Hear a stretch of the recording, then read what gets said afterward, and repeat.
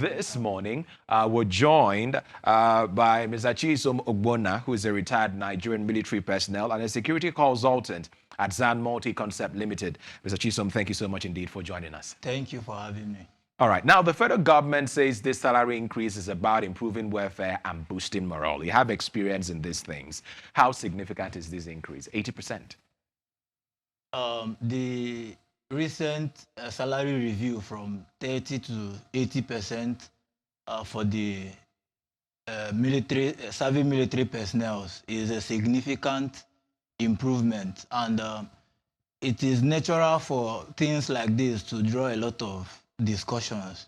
But to have a balanced conversation around it, we must view the issue from a point of evidence rather than assumptions.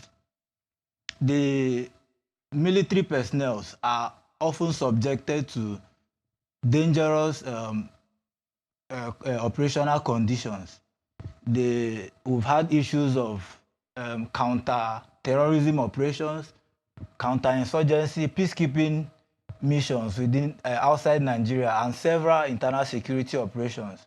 And this salary increase is an acknowledgement of the selfless service that these personnel discharge on a daily basis. So it is very significant, and I see it as a very positive move. However, this should be viewed as the beginning to a comprehensive welfare reform for the military. Okay, the beginning of it. Now, just a couple of days ago, there was a soldier who was arrested for begging while live on a TikTok video. A couple of months back, we saw the case involving Justice Crack, where he'd been arrested for allegedly exposing some of the welfare concerns within the military. Now, when you hear that, an 80% increase has been announced, do you think this was done in response to some of the welfare issue concerns that have been raised, around the military in recent times? Do you think this is a direct response to say, okay, look, we hear the concern that Nigerians and the military officers have raised over their welfare, and so we're now addressing it? The issue of military welfare has been a long overdue discussion. And as a retired military officer and a security consultant, I have had experience in active service. So I understand the importance of periodic salary reviews. It has been an issue that has been overflogged over the years. And responding to this, I do not think it is becoming imminent now. I feel it is it is an issue that was supposed to be trashed long ago. So the timing does not really matter. What matters is the problem has been solved, and this should be, like I said, should be viewed as the beginning, because salary alone is good, but professionalism is actually the goal. I was going to come to the issue of the timing, but since you had mentioned it, this is just a couple of months before the elections. And so many people are saying, look, why are you bringing this up now? It raised a lot of political suspicion. Do you think it should be viewed like that? And this is just also coming off the back of extending the army divisions from 8 to 12. And then the very next second, we hear that there's a salary increase as well. What do you make of the timing of some of these decisions? Well, Nigeria operates a democratic system, and it is natural for citizens to ask questions, especially when it has to do with, national resources. The timing does not really reflect that it's a political move.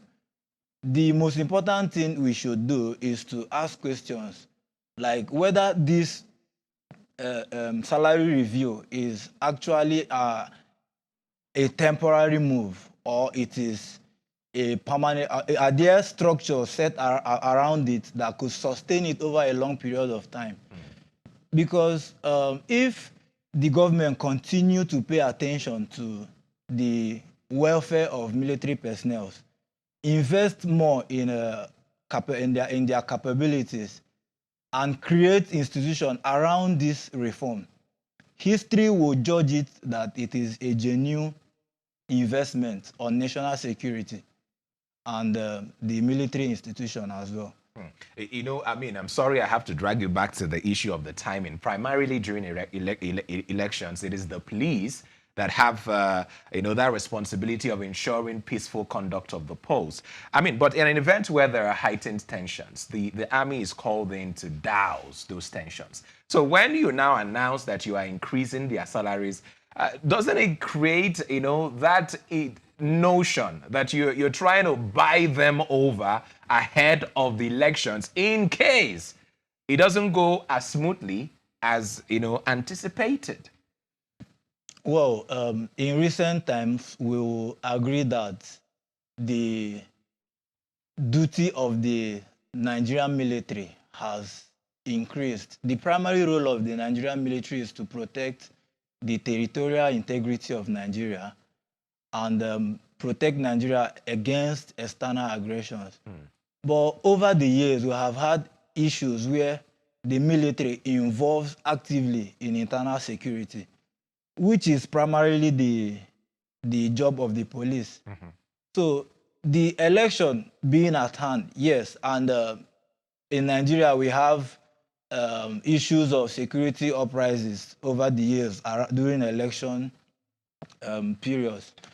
I do not think that military salary review should be viewed from a political lens, because issue of national security is much more important than a political debate. So it is a strategic move, it is an investment to the nation's security, and it is also a way of further enhancing the security structure of the Nigerian system. Now we've heard announcements saying under this administration, the salaries, the base salaries have been moved from 45 to 100,000. But there's also been calls to say, look, push it up to 250,000. But now that we're hearing of this 80% increase, obviously there's been some positive response. But what more is required to make sure that the Nigerian military and our security outfit, you know, gets to that point where, you know, they're professional, they're able to respond to emergencies as quickly as possible, and like you said, maintain the territorial integrity of the country? Like I said before, salary increase is good, but the goal is to have a professional military. Now, to have a professional military, we must pay attention to having effective professional training. The government should pay attention to supporting the military with the technologies required for modern welfare. Like, our military should have to keep evolving to match the global standard. Surveillance systems, cybersecurity technologies that could help us achieve quick response and help us move closer to becoming a professional, a world standard professional military. And lastly, before we let you go, I mean, some people would say we do not have a problem with policy announcements, or we're going to increase from this to that. I mean, you saw how issues around the minimum wage has played out, and now we have this announcement. Well, should we put a timeline to measuring the level of success of this particular increase? What are some of the key indicators Nigerians would have to be looking out for? Nigerians will have to be objective about the current salary reform. On one hand, if it improves the life of the military personnel, it is positive. But we should also ask questions like, on the long run, can this be sustained? Are their lives really improving? The military veterans, are they being taken care of? Because when we have discussions around welfare, we often throw away those that have worn the uniform before, like myself. An average military personnel or a military veteran rather, must have spent a decade or several decades in active service to the nation. The relationship between the country and its soldiers should not end when the uniform is off. It should be a continuous process, because the way you treat your veterans sends a strong message to those that are still in active service. And it goes a long way to tell if their efforts are actually being acknowledged or not. So I feel there is a lot more to do. Like I mentioned, the veterans, more attention should be paid to them also. They should have effective transition into the civil life, because the civil life is a different world entirely. Like I'm So speaking that is from, something government would need to look into yeah, as I'm well. speaking from a place of Experience. experience.